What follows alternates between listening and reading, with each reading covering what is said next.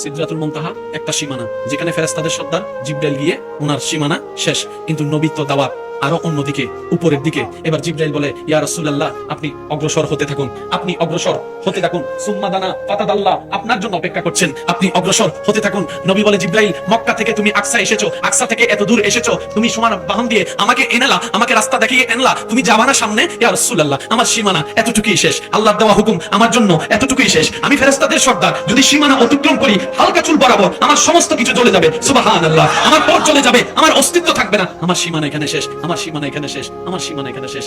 জিবরাইল বলে, নবী, আমার সীমানা শেষ, আপনি যান। মানে কি?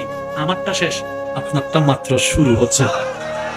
সুবহানাল্লাহ, আর একটু জোরে বলা যাবে না? তো জিবরাইল, তুমি আমাকে পথ দেখাই আল্লাহ এত দূর, তো তুমি যদি না যাও আমি পথ চিনবো কেমনে? নবী তো এই কথা একবার বলে নাই। জোরে কোন লাগবে তো সুবহানাল্লাহ। আল্লাহ পাক বলে যে, জিবরাইল নিয়ে আসো। আল্লাহ কদ্দুর আনবো? সিদরাতুল মুনতাহা পর্যন্ত। এরপর একটা আল্লাহ পাক বলে যে, তোমার ডিউটি এতটুকু, তুমি এতটুকু পালন করো, বাকিটা আমি আছি তো, তোমার টেনশন করার দরকার কি? তোমার টেনশন করার দরকার কি? তোমার টেনশন করার দরকার কি?